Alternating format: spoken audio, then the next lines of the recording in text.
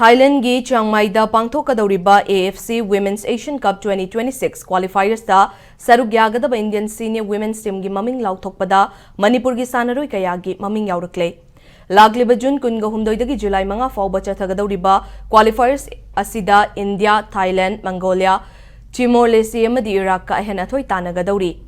India Women's Team gi head coach Crispin Chetri na maming lauthokpada yaurakraba Manipur gi sanaroi sing adugi manungda goalkeeping da Ilangbam Panthoi Chanu, Kaisam Melody Chanu, Moirangthem Monalisha Devi, defender da Fanjobam Nirmala Devi, Martina Thokchom, Toizam Thoibishana Chanu, Sorokhaibam Ranjana Chanu, Ngangbam Sweety Devi, Hamam Silky Devi, midfielder dana Nongmaithem Ratanbala Devi, Lisham Babina Devi ni aduga forward tana Linda Comserto, Grace Dangma Yauri. Khangalaba Senior Women's Team asi lakliba May amadagi Bengaluru da laiba Padukone Dravid Center for Sports Excellence ta camp tawduna laigani haidi.